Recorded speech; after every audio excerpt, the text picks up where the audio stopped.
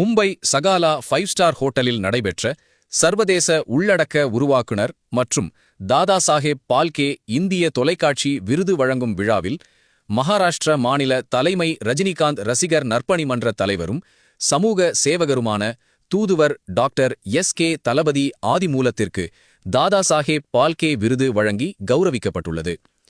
கடந்த 2001ஆம் ஆண்டு முதல் 2026ஆம் ஆண்டு வரை காஷ்மீர் முதல் கன்னியாகுமரி வரை பல்வேறு அமைப்புகள் மூலம் ஆதிமூலம் பெறும் 45வது விருது இதுவாகும். தனது 8 வயது முதல் ரஜினிகாந்த் ரசிகராக இருந்து வரும் இவர் கடந்த 37 ஆண்டுகளுக்கும் மேலாக எந்த ஒரு அரசியல் கட்சியிலும் சாராமல் சொந்த நிதியில் பல்வேறு மனிதநேய மற்றும் சமூக பணிகளை செய்து வருகிறார். குறிப்பாக நீர், நிலம், பசுமை பாதுகாப்பு மற்றும் சுற்றுச்சூழல் விழிப்புணர்வு போராட்டங்களை முன்னெடுத்ததற்காக இந்த உயரிய விருது அவருக்கு வழங்கப்பட்டுள்ளது.